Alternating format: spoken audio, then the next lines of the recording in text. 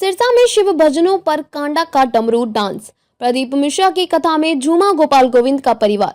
महिलाओं ने भी बांधा समा। हरियाणा के सिरसा शहर स्थित तारा बाबा कुटिया में चल रही शिव महापुराण कथा हमें हर रोज श्रद्धालुओं की भीड़ उमड़ रही है। कथा के दौरान प्रसिद्ध कथावाचक पंडित प्रदीप मिश्रा के भजनों पर पूर्व मंत्री गोपाल कांडा, उनके भाई गोविंद कांडा और उनका परिवार झूमता हुआ नजर आया। गोपाल व गोविंद ने हाथ में डमरू लेकर मंच पर नृत्य किया। वहीं परिवार के महिला सदस्यों ने भी भगवान शिव जी के भजनों पर सामूहिक नृत्य किया। गौरतलब है कि 7 फरवरी से सिरसा स्थित तारा बाबा कुटिया में पूर्व मंत्री गोपाल कांडा की ओर से शिव महापुराण कथा का आयोजन करवाया जा रहा है। यह कथा 23 फरवरी तक चलेगी। रोजाना दोपहर 2 बजे से 5 बजे तक कथावाचक प्रदीप मिश्रा कथा सुना रहे हैं। दूर दूर से आ रहे श्रद्धालु शिव महापुराण कथा में शामिल होने के लिए दूर दूर से श्रद्धालु सिरसा पहुंच रहे हैं। सिरसा के पड़ोसी जिलों के अतिरिक्त राजस्थान, उत्तर प्रदेश, दिल्ली से भी श्रद्धालु कथा में भाग लेने आ रहे हैं। इस कारण शाम को बस स्टैंड व रेलवे स्टेशन पर भारी भीड़ नजर आती है। दूसरी बार कथा करने सिरसा पहुंचे प्रदीप मिश्रा। पंडित प्रदीप मिश्रा सिरसा में दूसरी बार शिव महापुराण कथा करने पहुंचे हुए हैं। इससे पहले उन्होंने पिछले साल भी तारा बाबा कुटिया में ही कथा की थी।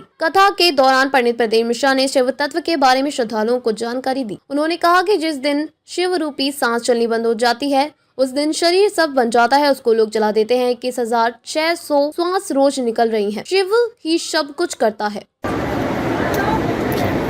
तारा बाबा की इस पावन और पवित्र भूमि, उनकी तपस्थली तारकेश्वर धाम, इस कुटिया में आए हुए सभी भक्तों को गोपाल, गोविंद और कांडा परिवार का सादर प्रणाम, चरण वंदन। आप सब लोग बहुत दूर दूर से भगवान शिव की महिमा सुनने परम वंदनीय गुरुदेव प्रदीप मिश्रा जी से आज सीधा, मैंने कल कहा था कि कुछ ना कुछ कनेक्शन जरूर है सीहोर में और सिरसा में, क्योंकि दोनों ही शिव की भूमि है। वहां का कंकर कंकर जैसे शंकर है।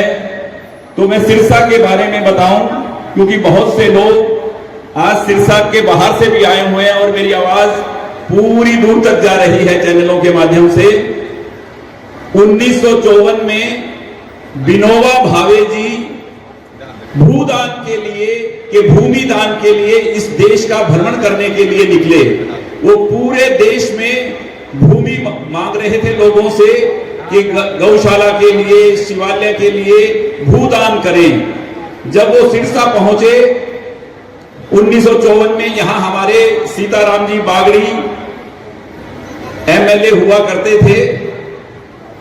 उन्होंने उनको भूमि भी दान दी और वो सिरसा में रुक गए। महाराज जी वो कहीं नहीं रुकते थे एक दिन से ज्यादा। विनोबा भावे जी की बुक में लिखा हुआ है कि वो सिरसा आके ठहर गए।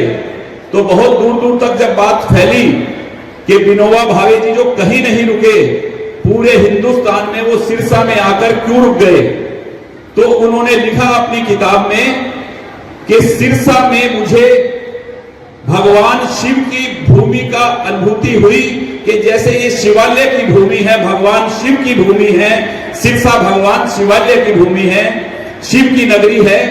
वो उन्होंने रोज 1-1, 2-2, 4-4 चक्कर इस सिरसा की भूमि के लगाए और तारा बाबा जी ने अपनी कुटिया यहां बनाई। कितने कितने बड़े संत, बाबा सरसाईनाथ जी यहां पर आए, गुरु गोविंद सिंह जी, कितने कितने बड़े संतों ने, रविदास जी, कितने संतों का नाम लूं। ये संतों की नगरी, चारों तरफ डेरों की भूमि, ये सिरसा भगवान शिव की धरती, और जिस पर बैठकर आप शिव महापुराण का पाठ, शिव महापुराण की कथा जो स्मरण कर रहे हैं, मैं आप सभी के चरणों में वंदन करता हूं। और आप कथा सुनाने के लिए जो आपने कहा कि एक बार से दूसरी बार जो कथा हुई है सीहोर के बाद, तो वो सिरसा शिव की भूमि है जो आपको खींच कर लाई है। और सिरसा में आपने जो वादा किया है कि 1 बार 2 बार नहीं, क्योंकि आपने मुझसे कहा था कि पंडाल में बैठकर 5 बार सुननी है, तो आपने 5 बार यहाँ कथा सुनानी है। शिव पुराण आपने 5 बार इस सिरसा की नगरी में बैठकर बाबा की कुटिया में उनको सुनाने के लिए। ये संतों की धरा है, ये तपस्थली है बाबा की। यहाँ सब मनोकामनाएं, कहते हैं कि किसी पहुंचे हुए पाए हुए संत के समीप जाने जैसा इस संसार में कोई दूसरा सुख नहीं है। और आज तपस्थली पे आए हुए सभी लोग बहुत धन्य हैं कि यहाँ आपके मुखारविंद से हम सबको महाशिव पुराण की कथा सुनने को मिल रही है। हम सब बहुत भाग्यशाली सौभाग्यशाली हैं।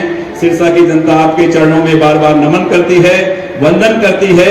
श्री शिवाय नमस्तुभ्यम, श्री शिवाय नमस्तुभ्यम, श्री शिवाय नमस्तुभ्यम। ओम नमः शिवाय।